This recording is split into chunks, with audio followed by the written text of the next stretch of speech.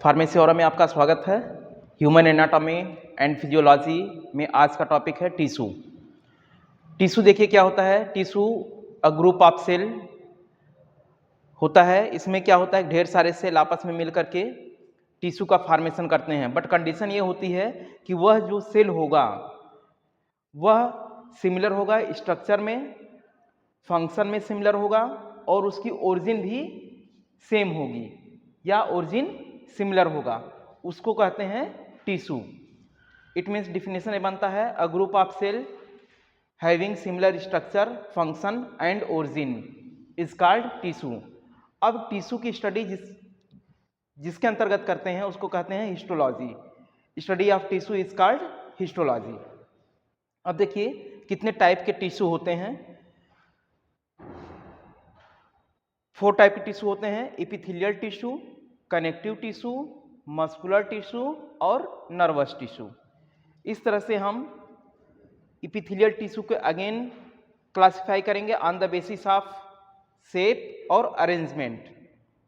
उसके आकार के बेसिस पे और उसकी व्यवस्था के बेसिस पे उसको हम फिर से क्लासिफाई करते हैं। तो on the basis of shape पे देखिए squamous epithelium tissue, cuboidal epithelial tissue और कॉलुमनर एपिथेलियल टिश्यू। इसके पहले वाले वीडियो में आप इसको पढ़ चुके हैं। अरेंजमेंट के बेसिस पे देखते हैं एपिथेलियल टिश्यू क्या होता है: simple epithelial tissue, stratified epithelial tissue और स्यूडो स्ट्रैटिफाइड एपिथेलियल टिश्यू। ये on the basis of arrangement. इस तरह से ये एपिथेलियल टिश्यू का क्लासिफिकेशन हुआ। अब देखते हैं कनेक्टिव टिश्यू। कनेक्टिव टिश्यू में आपका 3 पार्ट होता है: एक लूज कनेक्टिव टिश्यू और एक डेंस कनेक्टिव टिश्यू, दूसरा होगा सपोर्टिव कनेक्टिव टिश्यू और दूसरा fluid connective tissue. Supportive connective tissue का एग्जांपल देखिए बोन और कार्टिलेज, और फ्लूइड कनेक्टिव टिश्यू का देखिए इसमें है ब्लड और लिम्फ। ठीक है, इस तरह से ये कनेक्टिव टिश्यू का क्लासिफिकेशन हुआ। अब देखते हैं मस्कुलर टिश्यू। मस्कुलर टिश्यू को 3 पार्ट में डिवाइड किया गया है: voluntary muscles, involuntary muscles, cardiac muscles.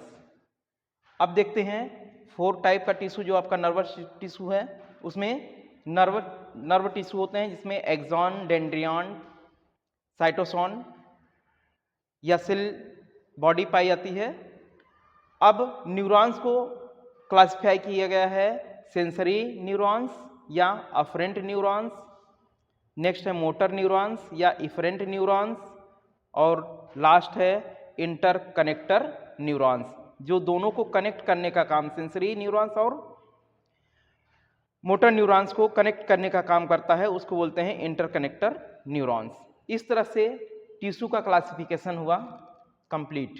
देखिए स्क्वैमोस एपिथेलियल टिश्यू ये कैसा होता है? ये फ्लैट होता है, चपटा होता है, थिन होता है, स्केल लाइक होता है और इसके सेंटर में न्यूक्लियस लोकेटेड होता है या पाया जाता है।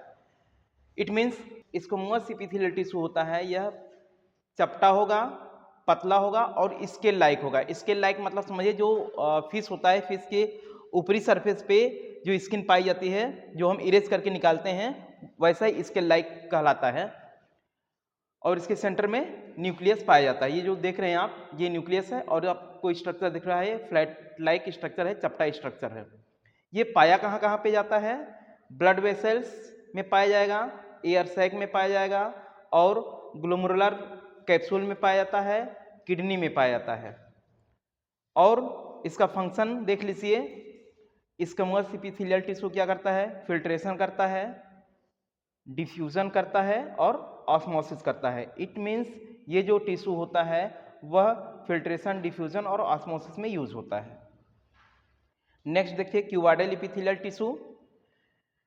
ये टिश्यू क्यूब लाइक होते हैं या इनका स्ट्रक्चर शेप क्यूब की तरह होता है और इसके भी सेंटर में न्यूक्लियस पाया जाता है।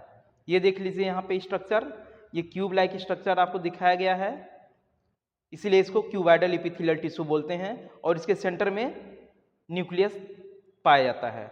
इसका फंक्शन देख लीजिए क्या होता है? यह सिक्रीशन करता है और एब्जॉर्प्शन करता है। देखिए ये है कॉलमनर एपिथेलियल टिश्यू, ये कॉलम लाइक होता है या सिलेंडर लाइक होता है और इसमें ग्लोबुलेट सेल पाए जाते हैं और इसके बेस में न्यूक्लियस पाया जाता है। इसमें या तो सिलिया पाया जाएगा या तो सिलिया नहीं पाया जाएगा। ये वाला स्ट्रक्चर देखिए, ये कॉलम लाइक स्ट्रक्चर आपको दिख रहा है इसलिए इसको कॉलमनर एपिथेलियल टिश्यू बोलते हैं। फ्लैजिला दिख रहा है इसलिए इसको इसमें सिलिएटेड या फ्लैजिला कह लीजिए, सिलिएटेड सिलिया लाइक स्ट्रक्चर दिख रहा है इसलिए ये सिलिएटेड होता है और किसी किसी में सिलिया आपको नहीं दिख रहा है इसलिए नॉन सिलिएटेड होता है।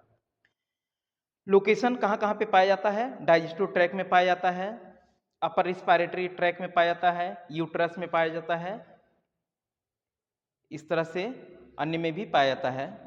और इसका फंक्शन देख लीजिए क्या होता है, सिक्रीशन और एब्जॉर्प्शन। इस तरह से कॉलमनर एपिथेलियल टिश्यू फिनिश हुआ।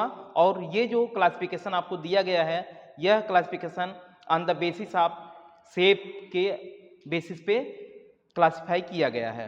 नेक्स्ट टॉपिक में हम पढ़ेंगे on the basis of arrangement.